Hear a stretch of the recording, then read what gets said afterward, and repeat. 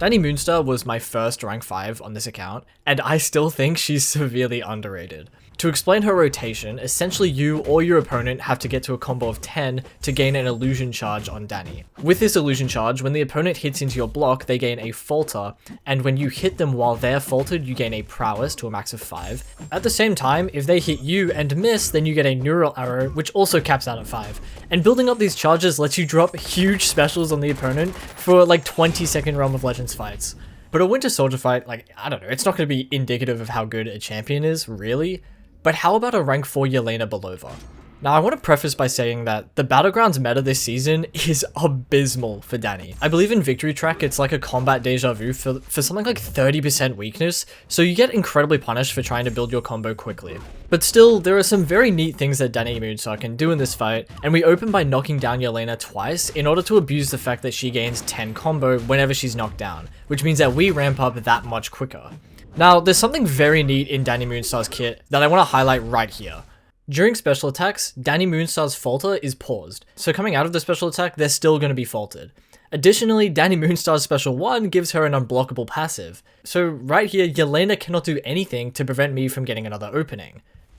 It's a really interesting interaction that I've never seen highlighted by a Dani Moonstar video, and even if she had a bar of power, you'll see later in this fight that it doesn't matter, we just falter the entire thing anyways. See right here, Yelena Belova's special 2 is extremely hard to dodge for a lot of people, but it doesn't matter. We come out with the Falter, we bait the special 2, and the whole thing gets missed by Dani Moonstar for a 46-second Yelena Belova nuke in Battlegrounds. And I want to highlight 3 things here again. Number 1, that was a terrible meta for Dani Moonstar in Battlegrounds, we know this. Number 2, I didn't throw a single special 2 in that fight. Dani Moonstar is not some like special 2 merchant where that's really the only source of damage she has. And number 3, my Dani Moonstar is not ascended.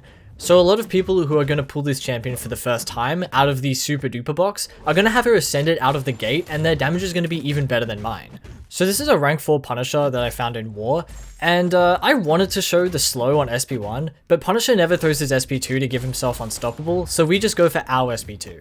And this is a good showcase of Dani Moonstar's signature ability, which marks the opponent under 10% HP, so we turn off all indestructibles, immortalities, and cheat deaths. And that Punisher's dead in like 20 seconds. I'm sorry, this is going so quickly, I actually cannot narrate all that I want to in the time that I'm given. So she's good against like Yelena, which I know is kind of like a gimmick matchup for her. She's also good against Punisher, but I don't know, class advantage. But what about like a Kindred, and a buffet Kindred at that, where every time we try to trigger our prowess, it gets nullified and he starts healing? How does she fare against a matchup like this? I play this fight somewhat safe, so it's a little slower than perhaps it could be, and there are a few rotations that we could have gone for here. But first off, right out the gate, we're just going to build up our prowess, go for a special 2, and see how much damage it does. It almost one-shots him. And so I'm thinking right now, looking back, if we had gone for a special 1 to get the energy vulnerability before the special 2, that probably kills him, just straight up. That is probably like a 40-second Kindred fight.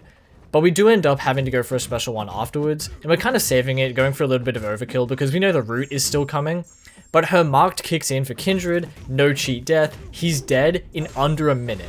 That is a rank 4 Ascended 1 Kindred in War. And I'm not like a huge War player, I'm not in a big War alliance, but these were cool matchups that I saw, and I wanted to record them to see how Dani does against them.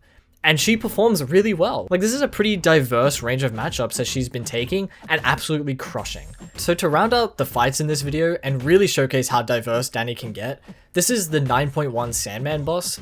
And Sandman's annoying for a number of reasons, honestly, but the main one is his passive Unstoppable when he goes unstable. So once he ramps up as a defender or as an attacker, you get a passive Unstoppable that is very difficult to deal with without a consistent slow application, which Dani has on the SP1.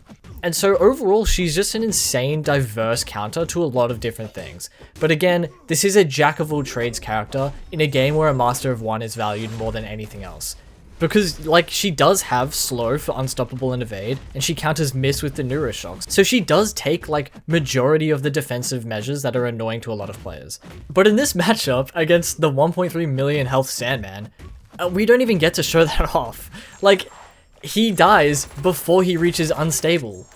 We just cleared 1.3 million health in under a minute. So, like, it doesn't even matter. Damage is utility. And so to finish this video off, I want to show this Nick Fury clip where she can take Nick Fury, and it's due to one line in her kit that says that Neuroshocks all of a sudden heal block skill champions. And in my head, I think this is literally there just because the devs wanted her to be able to take Nick Fury's. So instead of her marked preventing his second life, the Neuroshocks from the special attacks heal block him. He can't heal when he tries to trigger it, so he just like stands there for a few seconds and then falls over. And so there is a Nick Fury matchup to be had by Danny here. It's not great because he can prevent misses if you get unlucky, but you know, it is there. So overall, I hope you enjoyed watching. I hope I changed your opinion on Danny Moonstar, at least like somewhat. And thanks for watching. I'll see you guys next time maybe.